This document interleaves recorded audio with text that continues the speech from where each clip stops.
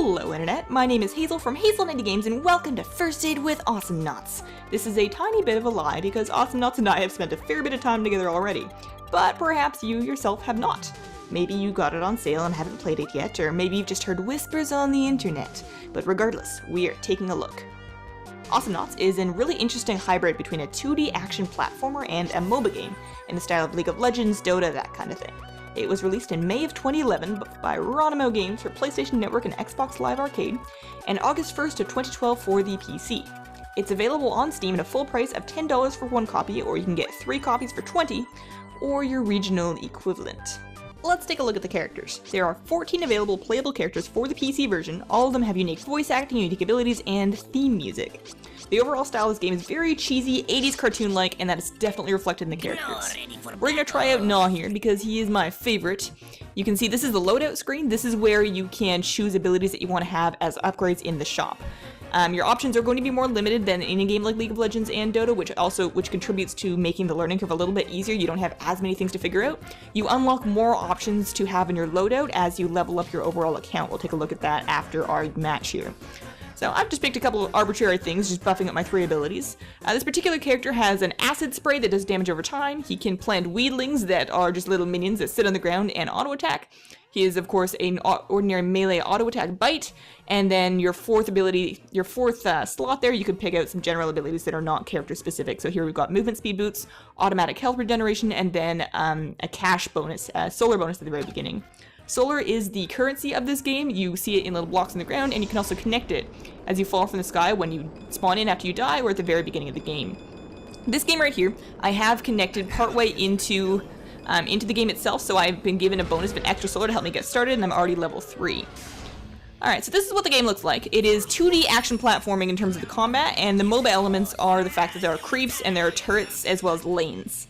You can see the mini-map is on the lower right-hand side there, and that shows you exactly what the map looks like. You can see we've got a lane at the top with turrets, a lane at the bottom with turrets. In the middle, we're going to have some neutral creeps you can see right there. I can munch them up, grab some health, and I planted a weedling there, which will actually auto-attack those creeps as they spawn, which will give me experience and solar, which is kind of cool. If I was in a high league with teammates that I actually liked, I probably wouldn't do that quite as much as I do because it means that they can't grab those creeps, but you know, we're being selfish. This is just a very low rank game. There are 10 overall 10 leagues of this game, different ranks that you can get into in multiplayer. I'm rank 9, which is the lowest possible one, because, you know, I'm not very good. That's okay. So, we've got Captain Minty here. He's our healer. You can see that area of effects are denoted generally by different colored circles. They're colored red or blue depending on the team, which makes it very easy to understand. All these games are red versus blue. Sometimes you spawn as red, sometimes it's blue. And it's really as simple as that. The matches are 3 versus 3, which I find is quite a bit easier to manage than 5 versus 5. You can see the position of your teammates and the enemy team on the minimap. You can only see the enemy team on the minimap if they are within sight of either one of your creeps, or if they're within sight of one of your players, or something that your player has on your team has spawned, which is kind of neat. Excellent. So you can see that there's these little movement things with arrows on them. Those will jet you all around the map. Those are very useful for from just quick movement and strategic placement of your characters. It's very good to learn where they are on the map and how to use them properly. There are not that many maps in this game, so it really doesn't take that long to really get used to where everything is and where you need to be. If you are a better gamer overall than myself, you'll probably climb up the leagues fairly quickly. Lone Star there is one of the first characters that you unlock. He throws dynamite, he can summon a little bull that pushes people back and shoots with his little shooter. Everybody's got very unique, when I say unique abilities, the abilities are actually really interesting. They're not just damage in a cone, damage in a circle, damage with damage over time. I mean, there are those things, but they're also characterized to the people that you're playing as, in terms of, it's really cool. That's what I'm trying to say. This game is awesome. It's so much fun. It's way easier to get into. The games tend to be a little bit shorter. They'll often only go for 15 or 20 minutes as opposed to like the 30 to 45 to hour-long games you'll get in some other games like that. Excellent. I killed Foolish It. It's always fun hearing people's names in these games. They're often quite creative and mostly not creative. I'm kind of a fan of Captain Minty here. He didn't turn out to be an exceptionally good player. He did die quite a bit. You can still feed in this game when a player is killed. The opposite team gets a certain amount of solar. The player that kills them, I believe, gets 120, and then everybody else gets 60, something like that. So if you're dying a lot, you are being detrimental to your team, but not to quite the same extent that other games handle this, so it's not quite as punishing to new players. Excellent. Because of the way that the combat is in 2D action, it's often really beneficial to be physically above your opponent, because many attacks they fall down, you can rain down your attacks onto your opponent, and if you are above them, it's going to be harder for them to hit you.